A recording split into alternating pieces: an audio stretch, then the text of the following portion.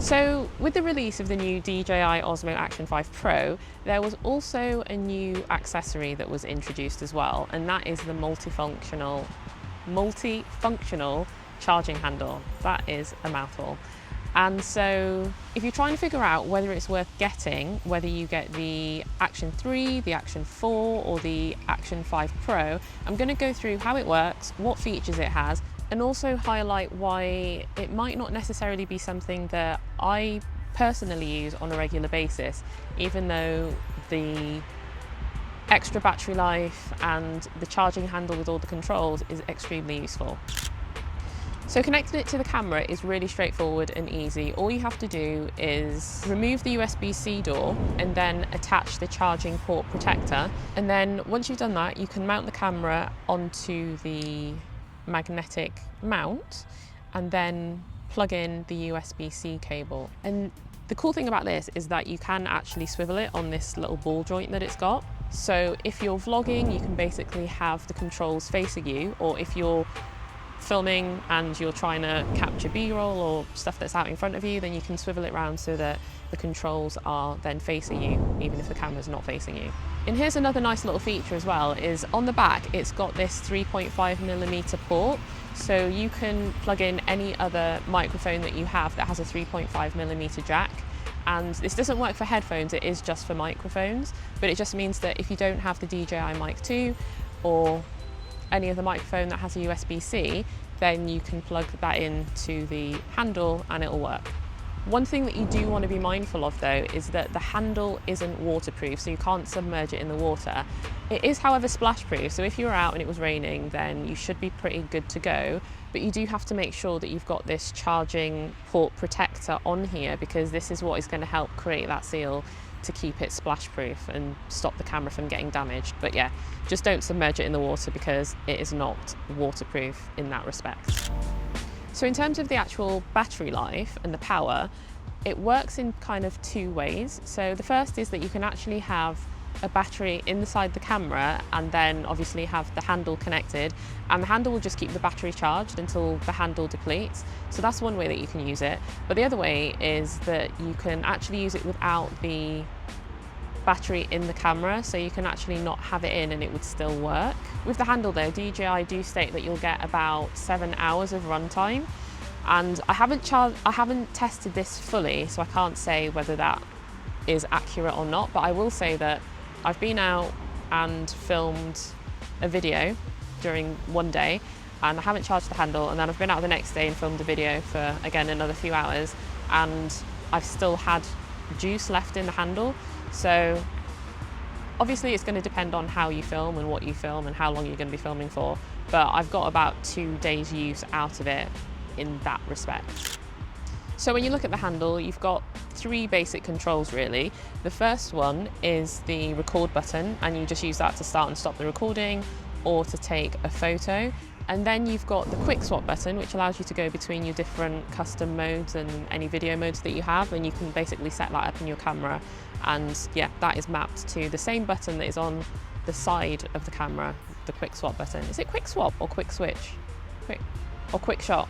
It's one of those. There are so many cameras that have different names but still have the QS, and they all call it different things, but it's that when you're switching between the different modes of the camera. And then there's also this C button, and I've been looking in the camera to try and figure out if you can remap this to something else, and I haven't actually found it yet, and I meant to actually ask DJI if it's possible.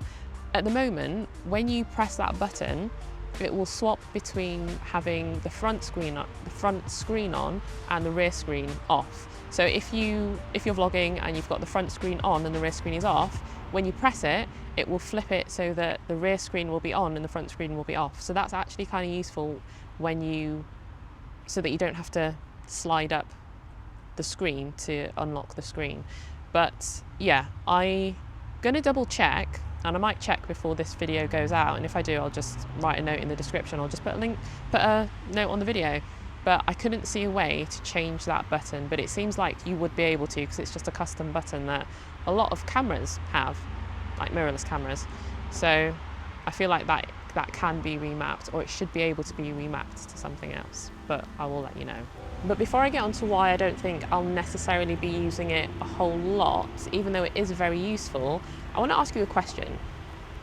What would you do if you had access to $100,000 to fund an idea for a creative project that you really want to make?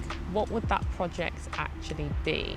The reason I'm asking is because Artlist just launched a new campaign, the Artlist 100K Fund, and it gives one creator the opportunity to get a grant of $100,000 to help fund a creative project. And that's whether you're a filmmaker, a YouTuber, or an independent creative team. And in order to join, all you have to do is post a video to your socials up to 90 seconds long, basically showcasing what your creative idea is.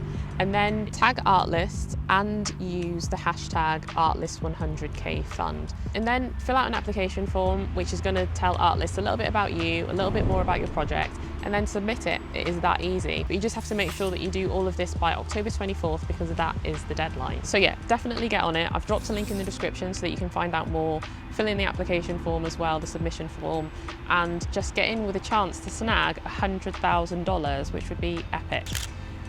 Okay, so when I first got this charging handle out of the box, the first thing I did was actually pull it because I thought for some reason it might extend, kind of like the mini extension rod that I'm using at the moment. And sadly, after fiddling around with it a little bit, I realised that it didn't extend. And this is actually something that I used to wish the GoPro Volta would do, because when I used to use the Volta with my GoPro Hero 11 back then it was just something that I always felt was missing. Even though I liked having the extended battery life and the controls right there on the camera, it just felt on the handle, it just felt like, just like with this, the handle just feels a little bit too short whilst you're vlogging.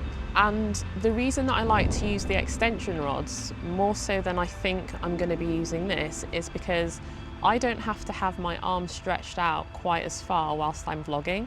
Whereas if I'm using this, I really have to have my arm out.